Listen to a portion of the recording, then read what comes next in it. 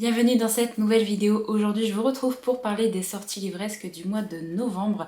Alors déjà avant de commencer la vidéo, si jamais vous avez vu ma petite vidéo Monthly Reset du mois d'octobre, vous savez que la vidéo des sorties c'est une vidéo que je voulais changer un petit peu parce qu'au fur et à mesure des mois qui passent, il y a beaucoup de sorties, il y en a de plus en plus et je suis pas juste une banque de données. J'ai pas envie d'être là juste pour vous lister en fait toutes les sorties qu'il peut y avoir pendant le mois parce que déjà je trouve que ça va être une vidéo qui ne sera pas très intéressante à regarder et j'avais aussi envie de refaire une vidéo qui me plaisait. Je pense que je vous présenterai moins de sorties dans les vidéos des sorties livresques parce que j'ai envie de vous présenter des titres qui potentiellement m'intéressent, même si je les lis pas forcément tout de suite, mais c'est des titres qui m'intéressent et que je vais garder un petit peu dans mes wishlists pour voir un peu les avis, pour voir si jamais je craque un peu plus tard. Donc voilà, j'avais envie de modifier un petit peu le fonctionnement des vidéos sorties, mais toujours en vous proposant pas mal de sorties, des sorties poche, des sorties de suite de séries, des sorties grand format, et également envie d'ajouter des petites sorties en anglais que j'ai repérées aussi.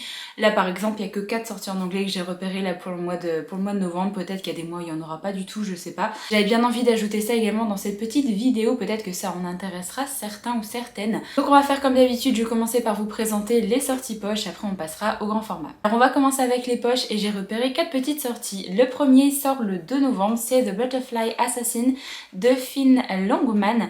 Il me semble que c'est un thriller young adulte et que j'avais vu passer quand même de bons avis quand il était sorti en grand format, donc je me suis noté ça. Ensuite il y a le 15 novembre, Le Cœur des démons, le tome 1 de Susan Wright. Alors c'est parce que c'est de l'urban fantasy et je sais pas, mais en ce moment j'ai envie de me remettre à l'urban fantasy, à la beatlit. J'ai bien envie de me lancer dans une nouvelle série, sauf que je sais pas du tout laquelle commencer, donc je me suis noté cette série là vu que c'est un premier tome qui va sortir. Alors je sais pas si c'est un titre qui était sorti il y a des années qui va ressortir là en poche, mais en tout cas j'aime bien la couverture. En plus pour une fois on n'a pas forcément des hommes torse nu dans une couverture d'urban fantasy, donc ça fait plaisir aussi. La couverture est vraiment très sympa, donc je me suis noté ce petit format poche. Ensuite le 16 novembre j'ai également noté un autre thriller young adulte, c'est Killing November. J'avais entendu également de très bons avis quand il était sorti en grand format. Moi j'aime bien lire des petits thrillers également au mois de novembre parce qu'on est encore en automne et je trouve qu'au niveau des vibes de lecture c'est vraiment cool. Et enfin la dernière sortie poche que j'ai repérée c'est le 29 novembre, c'est Creation City tome 2 de Sarah J. Maas. Ça je vous l'ai noté parce que personnellement c'est un tome 2 que j'ai préféré au premier tome. Donc si jamais ça vous intéresse de continuer cette série en format poche, et bien ça sort le 29. Ensuite on va passer aux suites des séries en grand format. J'ai noté quelques petites choses et il y a vraiment des choses que j'attends avec beaucoup d'impatience. On commence le 2 novembre, il y a Le Café où vivent les souvenirs de Toshikazu Kawaguchi. Alors là c'est un tome 3 de cette série, en fait un peu contemporain avec un petit truc de SF vu qu'on est dans un titre japonais. Il va parler d'un café qui permettrait de remonter le temps sous certaines conditions. J'avais découvert le premier tome que j'avais beaucoup aimé, donc là quand j'ai vu que la suite sortait bientôt, eh bien je me suis noté ça. Toujours le 2 novembre, il y a Absolu, le tome 2 de Margot Dessen qui va sortir. C'est de la dystopie et j'ai très envie de me remettre un petit peu à tout ce qui est SF dystopique. Donc je me suis noté cette série parce que j'ai vu vraiment de très bons retours sur le premier tome.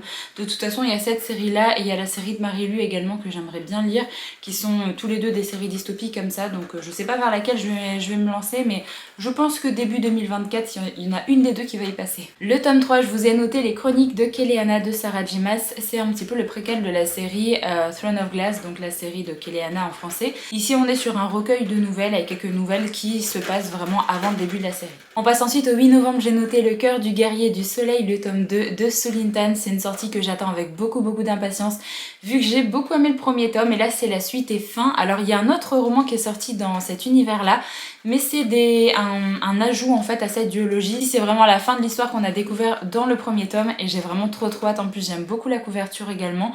J'ai trop hâte, donc ça clairement ça va être un titre qui va rejoindre ma pile à lire. Pour 3 petites suites de séries à vous présenter, il y a notamment la sortie du 8 novembre qui est Celui qui noyait le monde de Shelley Parker-Chan. Alors c'est un titre de fantasy qui me tentait pas forcément plus que ça. En fait ça me tentait bien, mais j'avais vu pas de très bons retours sur le premier tome et là récemment il y a Rémi du compte Instagram L'Encre de la Magie qui en a parlé et qui a vraiment donné un avis très positif sur sa lecture et il a vraiment dit que c'était de la fantasy historique et je sais pas, son avis m'a donné envie de découvrir cette série et là il y a le tome 2 qui sort bientôt, donc potentiellement je me laisserai tenter par la lecture du premier tome, mais au moins je vais savoir à quoi m'attendre. Je sais que c'est de la fantasy historique, que c'est pas de la fantasy où il y aura forcément beaucoup d'action ou quoi que ce soit, mais je sais pas, son avis m'a vraiment m'a fait remettre en fait le premier tome dans ma wishlist, donc voilà. 15 novembre sort Cursed Crown de Catherine Doyle et Catherine Weber, qui est le tome 2 de cette série. On est dans de la fantasy young adulte ici. Moi j'avais bien aimé le premier tome, alors moi je me prendrais en anglais, j'ai toujours pas acheté cette suite alors qu'elle est sortie depuis un moment, mais c'est vraiment une série qui se lit bien, c'est vraiment un peu sans prise de tête, avec de la royauté, avec de la romance, donc voilà. Personnellement je continuerai cette série, mais c'est vrai que là il y a déjà le tome 2 qui va sortir en français et j'ai toujours pas acheté le tome 2 en anglais moi. Il va falloir que je continue un petit peu cette série. Et enfin la dernière suite des séries que je me suis notée, ça sort le 30, c'est Nos fins violentes de Chloé Gong, c'est le tome 2 et la fin de cette série. J'ai vraiment trop hâte parce que j'ai vraiment adoré ce premier tome. La fantaisie d'inspiration asiatique avec une petite rivalité entre deux familles. C'est même un petit peu de la fantaisie historique parce que ça se passe plutôt dans le passé au niveau de ce qu'on peut retrouver dans cette série et j'ai vraiment beaucoup aimé.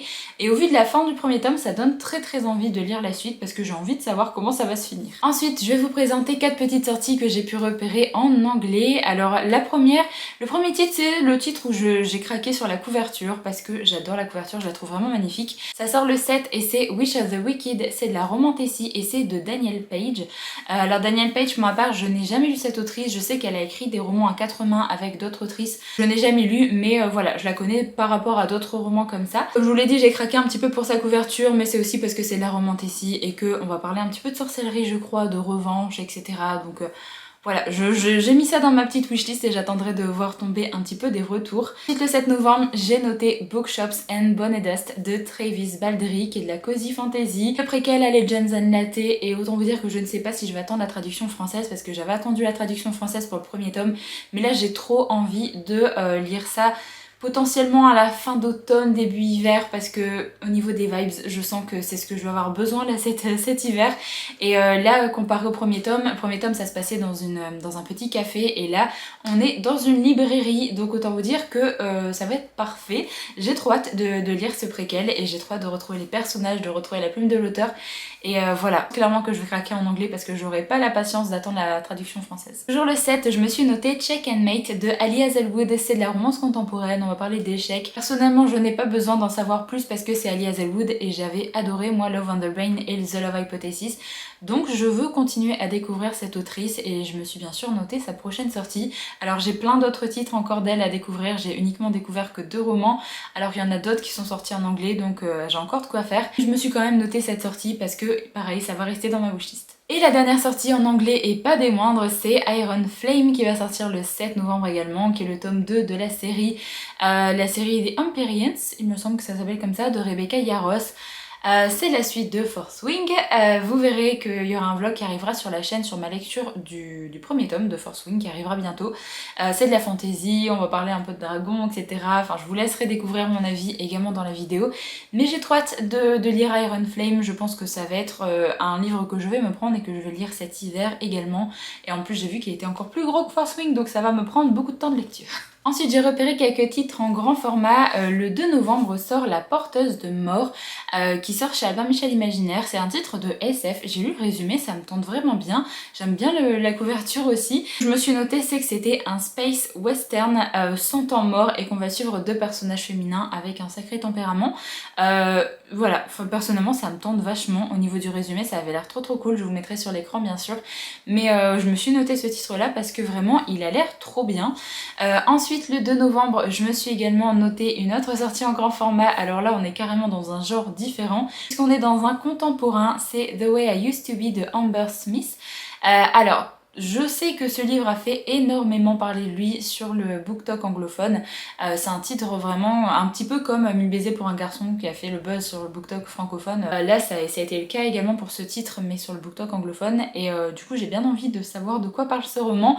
C'est un contemporain et il me semble qu'on va parler de sujets assez difficiles et qu'il y a pas mal de trigger warning. Je vous mettrai le résumé sur l'écran, mais il me semble qu'on va parler d'agression sexuelle, je crois. Donc ça va pas forcément être très joyeux à lire.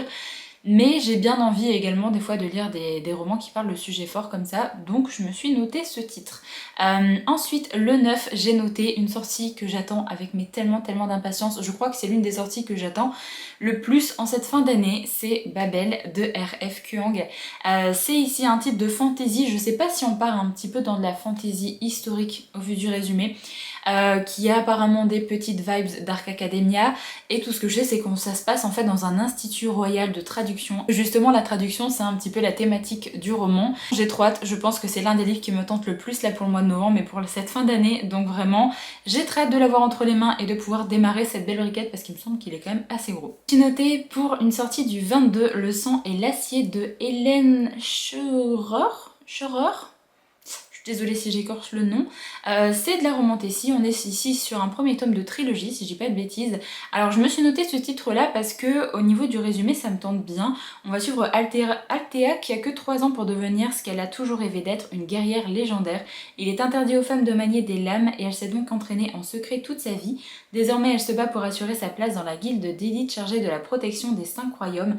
Mais l'entraînement est dur, mortel, même pour certains. Ce qui est encore plus dangereux, c'est son attirance croissante pour Wilder Hawthorne, son instructeur qui ne voulait pas d'une femme dans sa garde. Alors que des complots politiques se profilent autour d'eux, le monde sombre peu à peu dans l'obscurité. Althea réussira-t-elle le périlleux test d'initiation et prendra-t-elle sa place en tant que championne de Thesmar, ou bien l'ennemi maléfique lui arrachera-t-il son rêve avant même qu'il ne commence? Franchement ça a l'air très très cool, on a l'air de suivre une héroïne assez forte, donc je me suis noté ce titre là. Une sortie du 23 novembre qui me tente également beaucoup, c'est Angel Mage de Carl Snix. On est dans de la fantasy, mais je sais pas si c'est de la fantasy plus young adulte ou adulte. En tout cas, ça me tente bien parce que j'ai vu qu'il y avait des petites vibes au livre 3 mousquetaires d'Alexandre Dumas. Et je suis en mode mais c'est hyper intriguant, ça sort de ce que j'ai l'habitude de lire et ça sort de ce qu'on peut retrouver également dans les livres de fantasy. Il me semble que c'est un one shot et personnellement j'ai jamais lu cet auteur. Donc je me suis noté ce titre parce que je suis vraiment très curieuse de voir un petit peu comment ça a pu être fait. Et enfin le dernier titre que j'ai à vous présenter dans cette vidéo, ça sort le 30 et c'est Une ombre dans la braise de Jennifer Larmentrout, qui est la série spin-off de sa série Du sang et la cendre. Alors j'ai très envie quand même de tenter cette nouvelle série, même si vous savez, hein, le tome 3, enfin même le tome 2, ça a été quand même une déception pour ma part. Je pense pas forcément continuer sa série principale, mais j'ai vu tellement de très bons avis sur sa série spin-off comparée à sa série principale que j'ai envie de tenter le premier tome de cette série spin-off pour voir un petit peu si ça s'améliore, si les choses que je reproche à la série principale se retrouvent encore ou pas. Tout ce qui me fait peur, c'est que là j'ai vu que le roman faisait 800 pages. J'ai un petit peu une hantise de retrouver la même chose que dans le tome 2 de la série Le sang et la cendre, c'est-à-dire beaucoup de longueur. Donc je sais pas, ça m'intrigue énormément, j'ai quand même envie de laisser sa chance au premier tome et on verra. Si jamais le premier tome ça le fait pas du tout, eh bien j'arrêterai cette série complètement, j'arrêterai de lire les séries de fantasy de Jennifer Larmentrout, je me contenterai de ces séries un peu fantastiques. Mais j'ai envie quand même de tenter celui-là. Également c'est la série en VO qui me tente bien, mais il faudrait que je vois un petit peu, que j'essaye de lire quelques pages sur les sites pour voir si le style d'écriture de Jennifer Larmentrout en anglais est accessible ou pas, parce que ça m'intrigue, mais en même temps j'ai peur que son style d'écriture soit peut-être un peu compliqué, donc à voir. Surtout que c'est une grosse briquette également. Je vous mettrai la photo du livre que je parle ici parce que je sais plus le titre, c'est une couverture un peu bleue. C'est sorti en VO là, celui-là, ou alors ça va sortir, parce que j'ai vu déjà des gens le présenter, mais je me demande si c'est pas des gens qui l'ont présenté parce qu'ils l'ont reçu en service presse avant. Donc voilà, c'est un titre qui me tente bien aussi, donc on verra si jamais j'attends une traduction française ou si j'essaye de le lire en anglais. Mais si jamais vous l'avez lu en anglais d'ailleurs, n'hésitez pas à me dire si jamais le style d'écriture est assez accessible ou pas. Voilà. Donc voilà, j'en ai terminé avec cette vidéo des sorties livresques du mois de novembre. Comme d'habitude, n'hésitez pas à me dire quel est le ou les titres qui vous intéressent le plus que j'ai pu vous présenter dans la vidéo. Et si jamais vous avez pu repérer d'autres petites choses qui vous intéressent énormément, n'hésitez pas à mettre ça dans les commentaires aussi. Sur ce, j'espère que la vidéo vous a plu. Moi, je vous retrouve très vite dans une prochaine vidéo. Donc en attendant, prenez soin de vous.